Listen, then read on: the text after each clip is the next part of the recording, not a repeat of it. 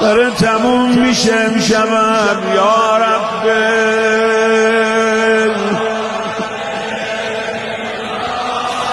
به حق الحسین یا رب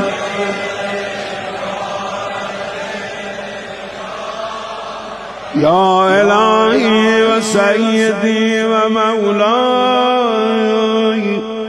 و مالک رزقی یا من بیدی ناصیتی یا علیما بدری و مسکنتی یا خبیرا بفقری و فاقتی یا رب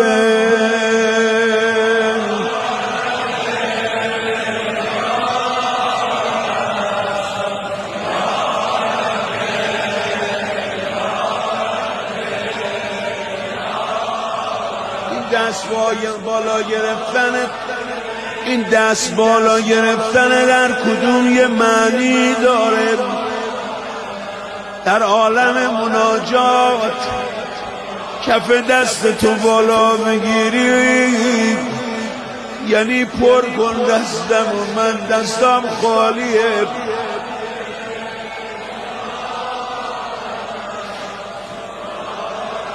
اگه کف دست تو به مقابل بگیری یعنی من تسلیمم. اگه کف دست تو رو به زمین بگیری یعنی منو تنبیه نکن.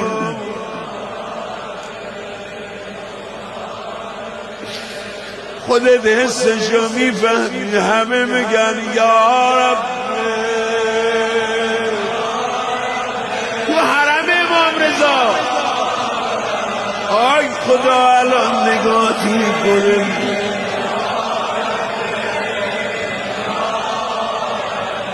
اسألك بحقك وقدسك وعدم صفاتك واسمائك أن تجعل أوقاتي من الليل والنهار